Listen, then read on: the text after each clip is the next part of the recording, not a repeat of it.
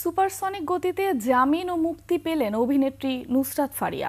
ঢাকায় জামিন আদেশের 4.5 ঘন্টার মধ্যেই কাশেমপুর কারাগার থেকে বেরিয়ে আসেন তিনি। নুসরাত ফারিয়া অভিনেত্রী, তার জামিন হয়েছে। আমি যখন আলোচনা করছি তার কিছুক্ষণ আগে জামিন হয়েছে। তার 24 ঘন্টা আগে তাকে গ্রেপ্তার করা হয় এবং জামিন না দিয়ে তাকে আদালতে কারাগারে প্রেরণ করা হয়। তো আজকে যে বিচারক জামিন দিলেন, কোন প্রক্রিয়ায় দিলেন, কেন দিলেন তিনি, এমন কি ঘটে গিয়েছে 24 ঘন্টার মধ্যে যে তাকে 24 ঘন্টার মধ্যে জামিন দিতে হবে?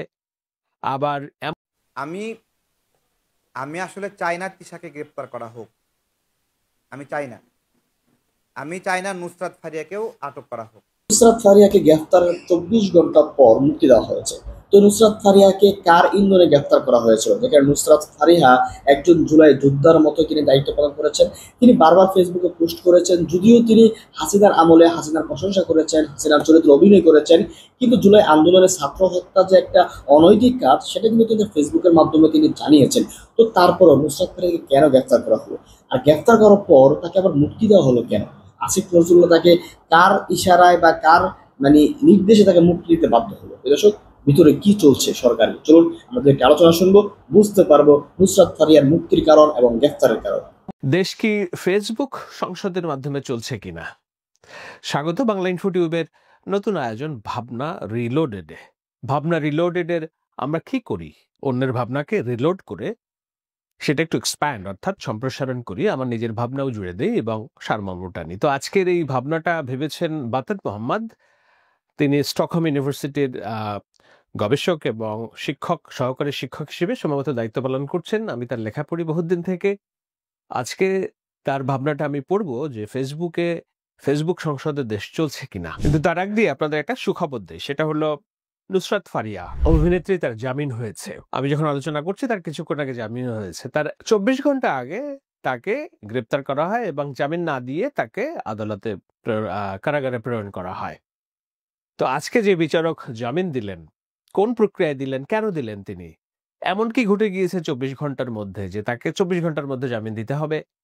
আবার এমন কি ঘটেছিল তার বিরুদ্ধে অভিযোগ, যেটা গতকালকে বিচারক সিদ্ধান্ত নিতে পারেননি যে তার জামিন হওয়ার মতো কেস এইটা নাকি জামিন না দেওয়ার মতো কেস? তার বিরুদ্ধে কেস ছিল কি? কেস ছিল হত্যা চেষ্টার অভিযোগে মামলা। এখন নুসরাত ফারিয়া, আমরা যতটুকু জানি, তিনি ফেসবুকে সরব ছিলেন জুলাই আগস্ট মাসের আন্দোলনে। তিনি ছাত্র হত্যাকাণ্ডকে বলেছিলেন যে এটা হওয়া উচিত ছিল না। তিনি দেশের বাইরে ছিলেন ওই সময়টা। এখন ওই সময় দেশের বাইরে থাকলেও তার বিরুদ্ধে হত্যা চেষ্টার মামলা হয়েছে। শেখ হাসিনার নামে মামলা করার জন্য যে হিড়িক আমরা দেখছি, এবং অনেকের নামেই যে হত্যা চেষ্টার মামলা, তার একটা অংশ হিসেবে তার নামেই হয়েছিল। এখন সরকারের থেকে নির্দিষ্টভাবে বলা আছে যে কারোর নামে মামলা হলেই তাকে গ্রেপ্তার করা যাবে না।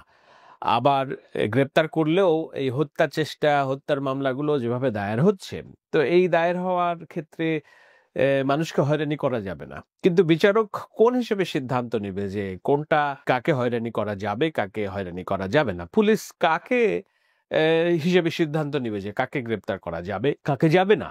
সুতরাং নুসরাত ফারিয়ার যারা প্রতিদ্বন্দ্বী ছিল কিংবা মনে করেছেন যারা যে না, তার কাছ থেকে টাকা পয়সা নেওয়া দরকার, সো তাকে একটা গ্রেপ্তার দেখাতে হবে, তো তাকে গ্রেপ্তার দেখানো হয়েছে এবং বিচারক তাকে জামিন নামঞ্জুর করেছিল।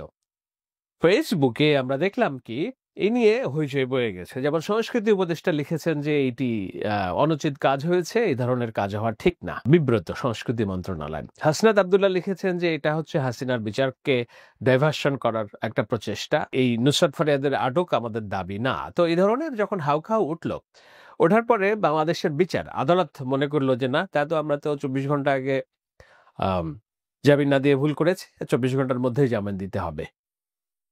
শেখ হাসিনা পালানোর পরে আমাদের সবচেয়ে বড় চাওয়াটা ছিল কি? সংস্কার। সেটা হলো আইনের শাসন। এখন এই যদি হয় আইনের শাসনের নমুনা, যে ফেসবুকে মন্ত্রী উপদেষ্টারা, পাওয়ারফুল সমন্বয়করা কিংবা ভিন্ন রাজনৈতিক দল এনসিপি নেতারা যেভাবে চলছে, বাংলাদেশের আদালত সেভাবে চলবে এবং পুলিশ সেভাবে কাজ করবে, তাহলে তো এই ভাবনাটা খুব দুঃখজনক। এবং এই যে সংস্কৃতি চলছে, সেই সংস্কৃতিতে ফেসবুক সংসদ আমাদের গতি প্রকৃতি নির্ভর করবে কিনা, আমাদের রাষ্ট্রের পুলিশ আদালত ফেসবুক সংসদের মাধ্যমে চলবে কিনা, সেই ভাবনাটাই আমি পড়বো। তবে তার আগ দিয়ে মূল যেই লেখা, সেই লেখাতে আমরা একটু পড়ার চেষ্টা করি, বোঝার চেষ্টা করি যে কি লিখেছেন।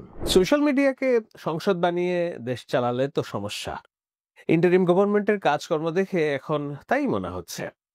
সোশ্যাল মিডিয়ার লাইক শেয়ারই তাদের বৈধতার উৎস হিসেবে হয়তো কেউ কেউ মনে করে থাকতে পারেন। এখন সাধারণ জ্ঞানেই বলা যায় যে প্রফেসর ইউনুস সোশ্যাল মিডিয়ায় কে কি বললো কিংবা কি লিখলো সেটা নিয়ে হয়তো খুব বেশি মাথা ঘামান না। আমি জানতাম হয়তো মাথা ঘামান না, এখন হয়তো ঘামান, আমি জানি না নিশ্চয়ই। না হলে উনি কেন বলেন যে মানুষ তো বলছেন না আমাদেরকে চলে যেতে হবে, আমাদেরকে 5 বছর থাকতে বলতে হবে। ওনার লক্ষ্য পরিষ্কার, এজেন্ডাও ক্লিয়ার। যেহেতু এই সরকারের বেশিরভাগ উপদেষ্টাই আগে থেকেই অনেকের পরিচিত, তাই ওনাদের বেশিরভাগের সামাজিক যোগাযোগ মাধ্যমের ফ্যাটিস নাই বলেই জানতাম। তবে প্রফেসর আসিফ নজরুল এবং প্রেস সচিব জনাব শফিক আলম, এই দুজনে সোশ্যাল মিডিয়ার পপুলারিটির প্রতি এক ধরনের ইনক্লাইনেশন বা ঝুঁকি আগে থেকেই সুবিদিত ছিল। ধারণা করতে পারি সরকারের সিদ্ধান্ত গ্রহণে এই দুইজন শক্তিশালী ভূমিকা পালন করছেন। এখন কি কাকতাল যে দুইজন সবচেয়ে বেশি সামাজিক মাধ্যমে নিজেদের শো করতে পছন্দ করেন, সেই দুজনেরই সবচেয়ে বেশি ভোকাল এই সরকারের মধ্যে। অন্যদিকে ছাত্র উপদেষ্টাদের সোশ্যাল মিডিয়ার ফ্যান ফলোয়িং অনেক বেশি। তাদের মধ্যে আসিফ মাহমুদ কিছু কিছু প্রতিক্রিয়াশীল ইউটিউবার দ্বারা হাইলি ইনফ্লুয়েন্সড ছিল একটা সময় পর্যন্ত। সরকারের বাইরে প্রভাবশালী কয়েকজন ছাত্র নেতাও একইভাবে ইনফ্লুয়েন্সড। সব মিলিয়ে সরকারের অনেক সিদ্ধান্ত গ্রহণে সবচেয়ে বড় প্রেশার গ্রুপ হিসেবে আবির্ভূত হয়েছে যেসব ইউটিউবার এবং সোশ্যাল মিডিয়া সেলিব্রিটি এইখানে সমাজের ঐক্য, রাষ্ট্রীয় স্থিতিশীলতা, মানুষের মধ্যে আস্থা থেকেও কোনো সিদ্ধান্ত গ্রহণে এমন প্রতীয়মান হয় যে জনপ্রিয় সোশ্যাল মিডিয়া ব্যক্তিত্বরা কোন দিকে পক্ষ নিবে সেই হিসেব নিকেশ থেকেই সরকারি সিদ্ধান্ত নেওয়া হয়, অথবা আগে থেকেই যেভাবেই নেক পরে চাপে পড়ে তা পরিবর্তন করা হয়।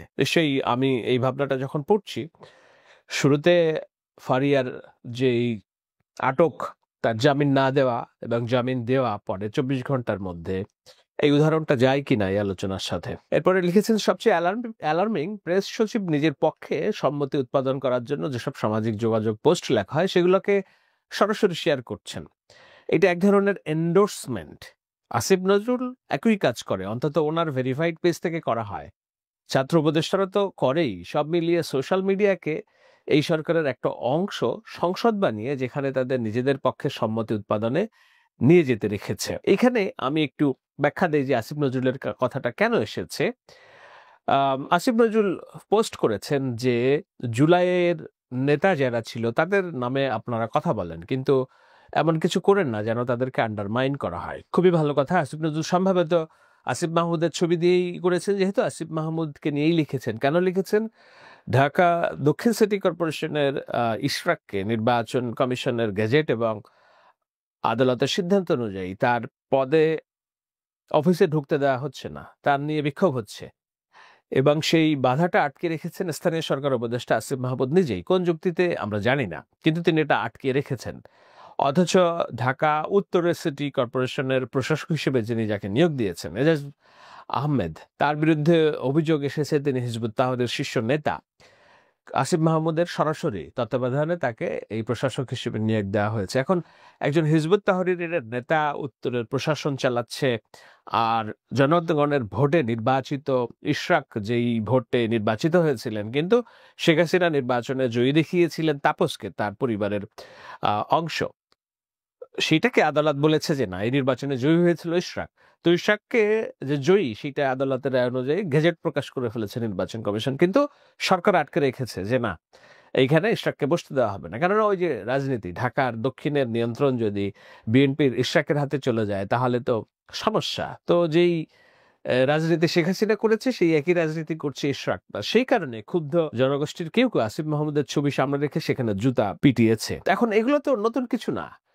আসিফ নজরুলের এই কথা যখন লিখেছেন তিনি আসিফ মাহমুদকে সামনে রেখে লিখেছেন।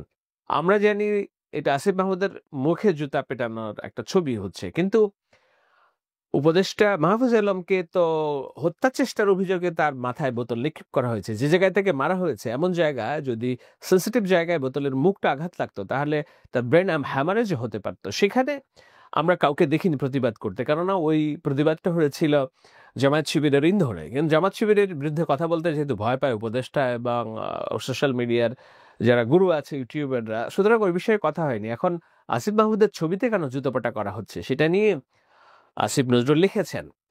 আমরা এই ঘটনার আরো প্রমাণ দেখতে পারি যে জুলাইয়ের যোদ্ধা যদি আসিফ মাহমুদ সরকার হয়েছেন বলে একা তা তো না। সরকারের বাইরে বিশাল লোকজন, প্রাইভেট ইউনিভার্সিটির হাজার হাজার ছেলে মেয়ে সামনের সারি নেতৃত্ব দিয়েছে, বন্দুকের মুখে গিয়েছে, তাদের আমরা দেখি না। প্রাইভেট ইউনিভার্সিটিতে পারভেজ নামে একটা ছেলে নিহত হয়েছে, তার বিচারের অগ্রগতি আমরা দেখি না। খোদ ঢাকা বিশ্ববিদ্যালয়ের জুলাইয়ের সেনাপতি, যিনি 16 জুলাই আবু সাইদ ওয়াসিম মৃত্যুর পরের দিন পুলিশের সামনে বুক চিতিয়ে যে প্রতিবাদ করেছে, সেসব ভিডিও আপনারা দেখেছেন।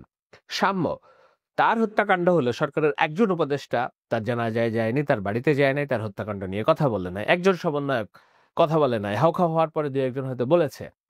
তো এই যে জুলাই বেঁচে খাওয়ার যে প্রবণতা, সেটি আমরা এনসিপি নেতাদের মধ্যে দেখছি, সরকারে তাদের মদদে যারা ক্ষমতায় আছে তাদের মধ্যেও দেখছি আসিফ নজরুলের ব্যতিক্রম কিছু বলছেন বলে আমার মনে হয়নি। তো এরপরে এই ভাবনাটা লিখেছে যে দেশের বিশাল জনগোষ্ঠী সোশ্যাল মিডিয়ায় এই ফাঁসের বাহিরে, অর্থাৎ ধারণা করা হয় বাংলাদেশের 18 কোটি মানুষের 2.5 কোটি মানুষ সোশ্যাল মিডিয়া ব্যবহার করে, এর বাইরে বিশাল মানুষ সোশ্যাল মিডিয়ার এই ফাঁসের বাইরে, শ্রমিক, কৃষক, জেলে খেটে খাওয়া মানুষ, সাধারণ গৃহিণী, প্রবীণ, মধ্যবয়স্ক, গ্রামীণ জনগোষ্ঠীর বিশাল অংশ, এবং গত 10 মাসে এই সাধারণ মানুষের পক্ষে যায় এমন কোনো সিদ্ধান্ত সরকার থেকে আসেনি। তাদের চ্যালেঞ্জকে অ্যাড্রেস করে এমন কোনো সংস্কার কিংবা ইতিবাচক পরিবর্তন হয় এরকম কোনো কিছু চোখে পড়েনি। কিন্তু নানা অপ্রয়োজনীয় বিতর্কে সরকার প্রতিদিন জড়িয়ে যাচ্ছে, এতে তাদের মূল কাজ ব্যাহত হচ্ছে। সরকার যতই সোশ্যাল মিডিয়াকে সংসদ বানিয়ে দেশ পরিচালনা করবে, ততই সোশ্যাল মিডিয়া সেলিব্রিটিরা হয়ে উঠতে থাকবে দেশের নীতি নিয়ন্ত্রক।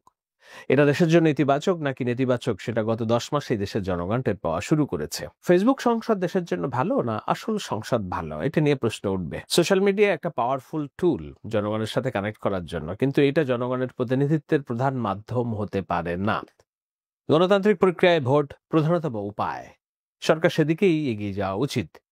কিন্তু কিছু উপদেষ্টার কথাবার্তা ও কার্যক্রম দেখে মনে হয় ভোট বাদে বাকি সব হাওয়ালাবেই তাদের উৎসাহ। এর মধ্যে কেউ কেউ তো পাকিস্তান নাকি ভারতকে পেহেলগামের হামলার জন্য দায়ী সেই সব কনস্পিরেসি তত্ত্ব প্রচার করেছেন, আসিফ নজরুল করেছিলেন।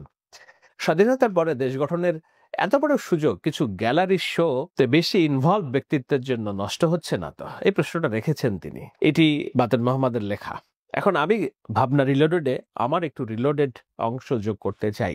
দেখুন, সত্যি কথা, ইউনুস দেশ চালাচ্ছে 10 বছর। দেশ চালানোর জন্য দরকার হয়, আমরা কোনো স্বৈরাচার মনোনয়ন করিনি, আমরা কোনো স্বৈরাচার নির্বাচিতও করি না। আমরা গণতান্ত্রিক প্রেসিডেন্ট নির্বাচিত করি, প্রধান নির্বাচিত করি, যিনি সংসদে তার কার্যপ্রণালী উপস্থাপন করেন, মন্ত্রী এমপিরা সেটার পক্ষে বিপক্ষে কথাবার্তা বলেন, সেখান থেকে মানুষ ধারণা পায়।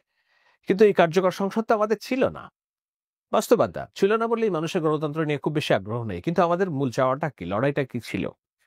গণতন্ত্রে ফেরা, আসল লড়াইয়ে ফেরা, জবাবদিহিতার সরকার প্রতিষ্ঠা করা। তখন সংসদ না থাকলে কি হয়? যিনি ব্যক্তি রাষ্ট্র পরিচালনা করেন তার অ্যাবসলিউট পাওয়ার আমরা দেখতে পাই। ডক্টর ইউনূসের অ্যাবসলিউট পাওয়ার দেখতে পাচ্ছি, অ্যাবসলিউট পাওয়ার দেখতে পাচ্ছি আসিফ মাহমুদের, যে নির্বাচন কমিশনের গেজেট আদালতের রায়কে তোয়াক্কা করছে না, যে নিজে পছন্দ মতো হিজবুত তাহরিরের মতো নিষিদ্ধ সংগঠনের একজন নেতাকে প্রশাসক বানিয়ে রেখেছেন, অথচ ঈশ্বরকে পদে বসতে দিচ্ছেন না। নুসরাত ফারিয়ার গ্রেপ্তার করছে পুলিশ, আদালত জামিন দিচ্ছে না, সোশ্যাল মিডিয়া হাওকা হওয়ার পরে জামিন দিচ্ছে। এগুলো কি আইনের শাসন বলে? এই আইনের শাসনের জন্য কি জুলাইয়ে 1400 ছাত্র জনতা প্রাণ দিয়েছে কিনা? যদি না দিয়ে থাকে তাহলে আইনের শাসন প্রতিষ্ঠিত হচ্ছে না কেন? কেন হবে না? ফেসবুক সংসদে কি দীর্ঘদিন দেশ চলবে? তাহলে ফেসবুক সংসদে যদি দেশ চলে, তাহলে আমেরিকা, প্যারিস থেকে লেন্দুব দর্জিরা যেসব বার্তা দিবে সেগুলোই আমাদের মানতে হবে, রাষ্ট্র সেদিকেই পরিচালনা করবে। এর বাইরে যে বিশাল জনগোষ্ঠী, তাদের ভাগ্য পরিবর্তনের জন্য কথা বলবে কে, কিভাবে সিদ্ধান্ত নিবে? সে কারণেই রাজনৈতিক সরকার দরকার, সে কারণেই সংসদ দরকার, আসল সংসদ, যেখানে সবাই বক্তৃতা করবে, পক্ষে বিপক্ষে কথা বলবে, নির্বাচন কমিশনের যে গেজেট ঠিক হলো কিনা, আদালতের রায় যে ঠিক হলো কিনা, বন্দর কাকে দিব, কোন প্রক্রিয়ায় দিব, কি কি ধরনের চুক্তি থাকবে, আমাদের মালিকানা থাকবে কতটুকু, তাদের মালিকানা থাকবে, আলোচনা হবে। সেসব আলোচনা, সেটাই আমাদের সংস্কারের মূল টার্গেট ছিল। সেটা কিচ্ছু নাই। দেশ চলছে কেবলমাত্র ফেসবুক সংসদ এবং মপতন্ত্রে। সেটাই আজকের ভাবনার জায়গা, এবং এই ভাবনাটা রিলোডেড করে আপনাদের কাছে একটু সম্প্রসারণ করার চেষ্টা করলাম। তাকে আটক না করা হলে আমরা কেউ বুঝতে পারতাম, জানতে পারতাম তাকে আদালতে তোলার সময় যে শত শত পুলিশি পাহারায় তোলা হলো, এর থেকে বোঝা যায় তিনি কতটা দুর্ধর্ষ অপরাধী। তাকে হেলমেট পরিয়েও নিয়ে যাওয়া হলো আদালতে। যদি কেউ আশপাশের কোনো সুউচ্চ ভবন থেকে, 10তলা ভবন থেকে তাকে শ্যুট করে মাথায় গুলি করে হত্যা করে, আর তাহলে তো তার কাছ থেকে বা তাকে রিমান্ডে নিয়ে তার গডফাদারদের সম্পর্কে, তার ভয়ঙ্কর অপরাধ জগৎ সম্পর্কে কোনো তথ্য আদায় করতে পারবে না। কতটা ভয়ঙ্কর অপরাধী নুসরাত ফারিয়া আপনারা চিন্তা করতে পারেন। আমরা শুধু সরকারকে দোষ দিচ্ছি। ফাজলামোর একটা সীমা থাকা উচিত, সব কিছুর সীমা পরিসীমা থাকা উচিত। এখন সব কিছু ছাড়িয়ে যাওয়া হচ্ছে। নুসরাত ফারিয়ার অপরাধ কি আমরা সবাই জানি। তিনি মুজিব নামে একটি ছবিতে অভিনয় করেছিলেন, শেখ হাসিনার চরিত্রে অভিনয় করেছিলেন এবং মন্তব্য করেছিলেন যে শেখ হাসিনার মানে প্রতি ঘরে ঘরে শেখ হাসিনার থাকা উচিত। মামলার এজাহারে কি বলা হয়েছে? মামলার এজাহারে বলা হচ্ছে যে 2024 সালের 19শে জুলাই সকাল 11টার দিকে ভাটারা থানার সামনে যখন আন্দোলন চলছিল, বৈষম্য বিরোধী আন্দোলনকারীদের উপরে শেখ হাসিনা গংয়ের নির্দেশে আওয়ামী লীগের অঙ্গ সংগঠনের আরও 273 আসামির সাথে নুসরাত ফারিয়া আন্দোলনকারীদের উপরে দেশি বিদেশি অস্ত্র নিয়ে ঝাঁপিয়ে পড়েছিল এবং গুলি করেছিল, যাতে এনামুল হক নামে একজন গুলিবিদ্ধ হয়েছিল। অর্থাৎ তাদেরকে হত্যা চেষ্টায় তাকে মামলা করা, তার বিরুদ্ধে মামলাটি হলো বা হয়েছে। আর রাষ্ট্রপক্ষের আইনজীবীরা কি বলছেন তার বিরুদ্ধে? ছবিতে অভিনয় করা কোনো বিষয় নয়, কিন্তু তিনি ফ্যাসিবাদ বা ফ্যাসিবাদী শেখ হাসিনা তার মতো ব্যক্তি ঘরে ঘরে থাকা উচিত, এই ধরনের মন্তব্য করেছেন। বাহ! তাহলে যে আরাক নুসরাত ইমরোজ তিশা, তিনিও যে মুজিব একটি জাতির রূপকার ছবিতে অভিনয় করেছিলেন, সেখানে এই রাষ্ট্রপক্ষের বক্তব্য অনুযায়ী ফ্যাসিবাদী শেখ হাসিনার মায়ের চরিত্র অভিনয় করেছিলেন। তিনিও যে মন্তব্য করেছেন গণমাধ্যমে যে শেখ ফাজলুন্নেসা নারী শক্তির উৎস, কিন্তু তিনি থাকবেন সব ধরনের ধরাছোঁয়ার বাইরে। কেন থাকবেন? তিনি সরকারের অন্যতম প্রভাবশালী উপদেষ্টা, সংস্কৃতি বিষয়ক উপদেষ্টা মোস্তফা সরোয়ার ফারুকীর সহধর্মিণী। আবার মোস্তফা সরোয়ার ফারুকী এখন ভয়ে বিপদে পড়ে নুসরাত ফারিয়ার পক্ষ অবলম্বন করছেন। না করলে সেই একই অপরাধে যদি তার স্ত্রীকে আটক করা হয়, যদি কেউ তার স্ত্রীকে আটক করার জন্য দাবি তোলেন, আগেভাগে তিনি অন্তত এই জায়গায় মহানুভবতার পরিচয় দিলেন। তিনি বলছেন যে নুসরাত ফারিয়ার গ্রেপ্তার বিব্রতকর একটা ঘটনা হয়ে থাকলো আমাদের জন্য। আমাদের সরকারের কাজ জুলাইয়ের প্রকৃত অপরাধীদের বিচার করা, ঢালাও মামলা করার ক্ষেত্রে আমাদের পরিষ্কার অবস্থান, প্রাথমিক তদন্ত, সংশ্লিষ্টতা না থাকলে কাউকে গ্রেফতার করা হবে না, এবং সেই নীতিই অনুসরণ করা হচ্ছিল। কিন্তু ফারিয়ার বিরুদ্ধে এই মামলা তো অনেক দিন ধরে চলছিল। সরকারের পক্ষ থেকে তদন্ত শেষ হওয়ার আগে গ্রেফতারের কোনো উদ্যোগ নেওয়ার বিষয় আমার নজরে আসেনি, অথচ এয়ারপোর্টে যাওয়ার পরেই এই ঘটনা ঘটে। আবার তিনি বলছেন যে রাষ্ট্রপতি আব্দুল হামিদকে বিদেশে গমনের ক্ষেত্রে যে সুযোগ করে দেওয়া হলো, সেটি নিয়ে যে ক্ষোভের সঞ্চার হয়েছে, সেখান থেকে নাকি ওভার নার্ভাসনেস থেকে কেউ এটি করে থাকতে পারে। মানে তিনি উদুর পিণ্ডে বুদুর ঘাড়ে চাপানোর চেষ্টা করছেন, কোনো পুলিশ কর্মকর্তা এটি করেছেন। কিন্তু স্বরাষ্ট্র উপদেষ্টাই তো আবার সরাসরি নুসরাত ফারিয়াকে আটকের পক্ষে সাফাই গাইলেন। স্বরাষ্ট্র উপদেষ্টা কি বলছেন? তিনি বলছেন যে নিরীহ কোনো মানুষ যেন হয়রানির শিকার না হয়, আমরা সেই বিষয়ে অনেকবার বলেছি। তবে যে কোনো দুষ্কৃতকারী আইনের আওতায় আসবে। তো সাংবাদিকরা প্রশ্ন করলেন, তাহলে নুসরাত ফারিয়াকে কেন আটক করা হলো? তিনি বলছেন ওনার বিরুদ্ধে তদন্ত শেষ হয়নি, তদন্ত শেষ হওয়ার আগে তো আমরা বলতে পারবো না। আবার তিনি বলছেন এই অবস্থায় যদি তাকে ছেড়ে দেওয়া হতো, আবার আপনারা তো বলতেন যে কী ব্যাপার, বৈষম্য বিরোধী ছাত্র আন্দোলনের হত্যা চেষ্টায়, কাউকে হত্যা চেষ্টায় যারা জড়িত ছিলেন তাদেরকে কেন বিদেশ যেতে দেওয়া হলো? এই যে বৈষম্য বিরোধী শব্দগুলো যেখানে সেখানে ব্যবহার হচ্ছে, এই বৈষম্য বিরোধী ছাত্র আন্দোলনের প্রতি তো আমাদেরও এক ধরনের পুরোপুরি সমর্থন ছিল। এখন সেই বৈষম্য বিরোধী ছাত্র আন্দোলন এই শব্দগুলো মানুষের কাছে বিরক্তির সৃষ্টি করেছে। আবার সেই বৈষম্য বিরোধী ছাত্র আন্দোলনের নায়কেরা, মানে তাদের মাধ্যমে যে দলটি গঠন হলো এনসিপি, জাতীয় নাগরিক পার্টি, তারাও বিব্রতকর অবস্থা পড়েছে।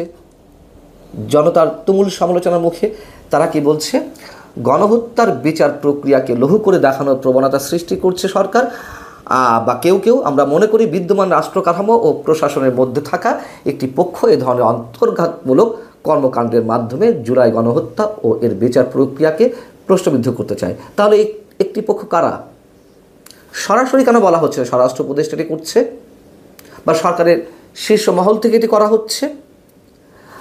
মানে ইনিয়ে বিনিয়ে কথিত যে কোনো একটি পক্ষের উপরে দায় চাপানোর চেষ্টা। এই যে সরকারের দুই উপদেষ্টা মুখোমুখি অবস্থান নিলেন, মোস্তফা সরোয়ার ফারুকী যে মন্তব্য করেছেন সেটি সম্পর্কে স্বরাষ্ট্র উপদেষ্টা বলেছেন এটি তার ব্যক্তিগত মন্তব্য, আবার তিনি দিচ্ছেন অফিসিয়াল মন্তব্য, আবার সেটির বিরুদ্ধে আবার এনসিপি কথা বলছে। মোটামুটি সরকার নিঃসন্দেহে ক্রস ফায়ারে পড়েছে, যদিও আমরা জানি না যে এই ক্রস ফায়ারে সরকারকে কী ধরনের মূল্য দিতে হবে। তবে পতন যখন কারোর শুরু হয় এইভাবেই গুবলেট পাকিয়ে ফেলে, হজপথ শুরু হয়, সেই আলামত অনেক আগে থেকেই স্পষ্ট হচ্ছে এই সরকারের ক্ষেত্রে। এবং কদিন আগে আওয়ামী লীগের সাবেক এক এমপি কণ্ঠশিল্পী মমতাজকে আটক করা হলো। মমতাজকে আটক করার পরে যখন আদালতে তোলা হলো তখন রাষ্ট্রপক্ষের আইনজীবীরা তাকে জিজ্ঞাসা করছেন, আপনার বিয়ে কয়টি, আপনার স্বামীদের নাম কি, মনে করতে পারবেন? মানে কত তুচ্ছ তাচ্ছিল্য করা হচ্ছে একজন নারীকে। উন্মুক্ত একটা আদালতের মানে বিচারিক কার্যক্রমে যেখানে শত শত মানুষ উপস্থিত থাকেন সেখানে এইভাবে নাজেহাল করা হচ্ছে। আর নুসরাত ফারিয়া সম্পর্কেও কি মন্তব্য করা হলো, কোনো গণমাধ্যম নাকি স্বাধীন, নারীর প্রতি কীভাবে শ্রদ্ধা জানাতে হয় সেটি আমরা ভুলে গেছি। সেই আগের মতোই চাটুকারিতা করতে গিয়ে সরকারের পক্ষ হয়ে কোনো গণমাধ্যম তাদের সংবাদের শিরোনাম করছে, থাইল্যান্ডে সাবেক রাষ্ট্রপতি আব্দুল হামিদকে সেবা দিতে যাচ্ছিলেন নুসরাত ফারিয়া। আমরা সব ধরনের সভ্যতা ভব্যতার একেবারে বাইরে চলে যাচ্ছি। আমাদের আদালত সম্পর্কে কি বলবো? এর আগে যেমন অভিযোগ ছিল আওয়ামী লীগের বিরুদ্ধে যে নিম্ন আদালতের বিচারকেরা কানে ফোন দিয়ে তারা ইজলাসে ওঠেন সরকারের উপর মহলে নির্দেশ শুনতে শুনতে কাকে জামিন দিতে হবে না দিতে হবে। নুসরাত ফারিয়াকে যেভাবে কারাগারে পাঠানো হলো, যদি এই অভিযোগ তুলি ঠিক একই ধরনের নির্দেশে তাকে কারাগারে পাঠানো হয়েছে। কী ধরনের তথ্য প্রমাণ ছিল রাষ্ট্রপক্ষের আইনজীবীদের কাছে যে তার জামিন হলো না, তাকে কারাগারে পাঠাতে হলো? অদ্ভুত থেকে অদ্ভুততর এক বাংলাদেশে আমরা অবস্থান করছি। তিশাকে গ্রেপ্তার করা হোক, আমি চাই না নুসরাত ফারিয়াকেও আটক করা হোক। একটা সরকার যখন ক্ষমতায় থাকে ওই সরকারের সময়ে সাংস্কৃতিক ব্যক্তিত্ব যারা তারা ওই সরকারের কথা মতো চলতে বাধ্য থাকে। যখন মুজিব সিনেমা তৈরি করা হয় তখন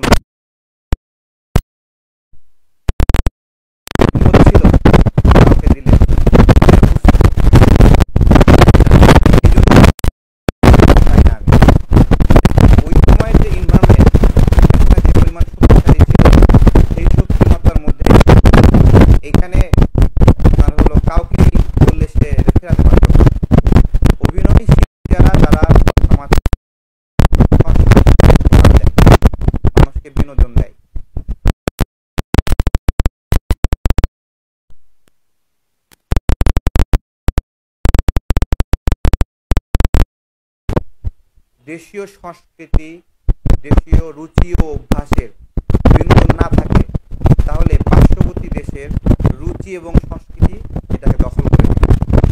শুধুমাত্র এই জন্যই সংস্কৃতির উপরে আঘাত আসা উচিত না। শুধুমাত্র এই জন্য আপনার সিনেমা বানা কেন জরুরি? আপনার জনগণ সিনেমা দেখবে। সৌদি আরব সিনেমা বানাক না, সৌদি আরবের নাগরিকরা সিনেমা দেখবে, দেখে, নিজেরা সিনেমা বানায় না,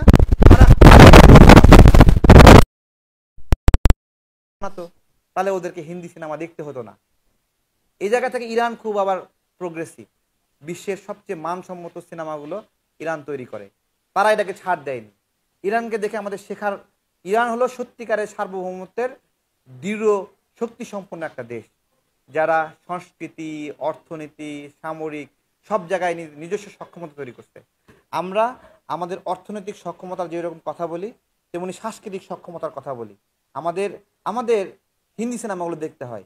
সিনেমা ভারতীয়, এই সিনেমা শুরু হলে কি দেখায়? যে ঘন্টা বাজাচ্ছে, পূজার সিন দেখায়, এই তো, তাই না? তা বাংলাদেশের নাগরিকরা সিনেমার মধ্যে যদি আজানের ধ্বনি না শোনে, সেই সিনেমা যদি না থাকে, তাহলে এই ঘন্টা বাজানোর সিনেমা আপনাদেরকে দেখতে হবে। ঠিক আছে, এই জন্যই আমি নিয়মিতভাবে সাংস্কৃতিক চর্চা, সিনেমা এগুলো বানানোর পক্ষে। আমার ইনভায়রনমেন্টে কি আছে? আমার ইনভায়রনমেন্টে বোরকা আছে, আমার ইনভায়রনমেন্টে শাড়ি আছে, আমার ইনভায়রনমেন্টে সালোয়ার কামিজ আছে, আমার ইনভায়রনমেন্টে অনেক নারী শার্ট পরে, প্যান্ট পরে, এই সমস্ত কিছু মিলিয়ে, তাই না? সিনেমাতে এইভাবে এই ইনভায়রনমেন্টের সকল উপাদানগুলো জায়গা পাবে। আমার সিনেমার মধ্যে শুধুমাত্র ওই শর্ট কাপড় পরে সিনেমা করলে হবে না। আমার এই অঞ্চলে কিছু মানুষ বোরকা পরে, তাদের নিয়েও গল্প থাকতে হবে। এই অঞ্চলের পুলিশ কতটা ভয়ঙ্কর তা নিয়ে তো কোনো সিনেমা হয় না। আমাদের এমপিরা কত নোংরা কাজ করে সেই নিয়ে তো কোনো সিনেমা হয় না। আমার সিনেমা সুন্দর হয় না কেন? সুন্দর হয় না এই জন্য সিনেমা ক্ষমতাকে চ্যালেঞ্জ করার ক্ষমতা রাখে না। এই জন্য আমাদের সিনেমাগুলো, সংস্কৃতিগুলো সুন্দর হয় না।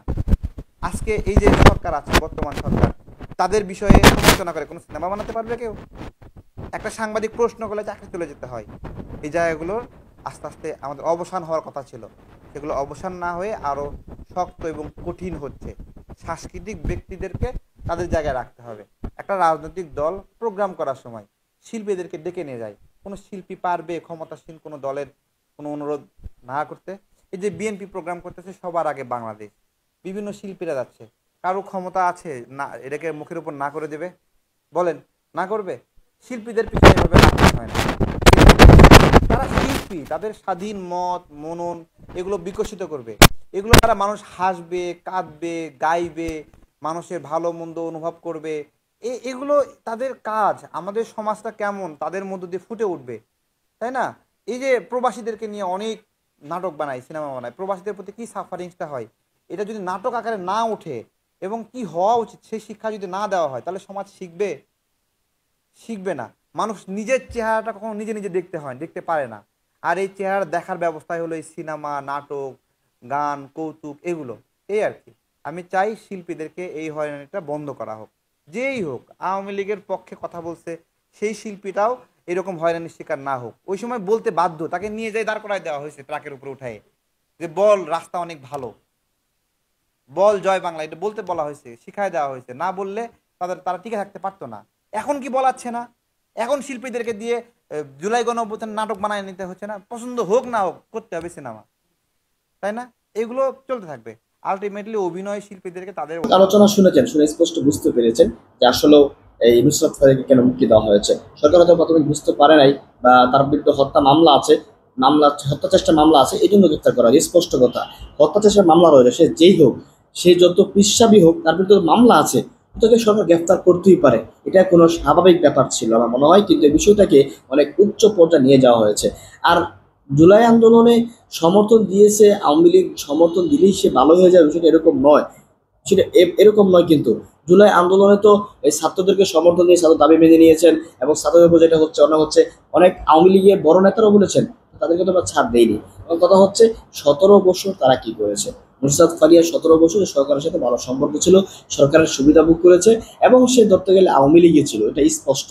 তো সাংবাদিক ইলিয়াস আমার বলেছিলেন যে নুসরাত ফারিয়া হয়তোবা আব্দুল হামিদের কাছ থেকে টাকা নিয়েছেন, এই জন্য তার কাছে তার কন্ট্রাক্ট পুরো করার জন্য তিনি থাইল্যান্ড চলে যাচ্ছেন, এবং অনেক আলোচনা চলে আসছে। তো তাকে মুক্তি দেওয়া হয়েছে। যখন আলোচনা হচ্ছিল যে সে জুলাই আন্দোলন সহায়তা বা তিনি বুস্ট করেছেন, তাকে মুক্তি দেওয়া হয়েছে। এখানে আমি আসলে মনে করি না বড় কিছু হয়েছে, কিন্তু তারপরেও তাকে ছেড়ে দেওয়া হয়েছে, আমি মনে করি না ছেড়ে দেওয়াটা যুক্তিকতা রয়েছে। দর্শক, আলোচনাগুলো শুনেছেন, এবং আলোচনাগুলো শুনে কারণ হচ্ছে যারা আওয়ামী লীগ করেছে, যারা আওয়ামী লীগের সাধারণ কর্মী, কিন্তু সে না নুসরাত ফারিয়া, আওয়ামী লীগের একজন বড় ধরনের সুবিধাভোগী সে।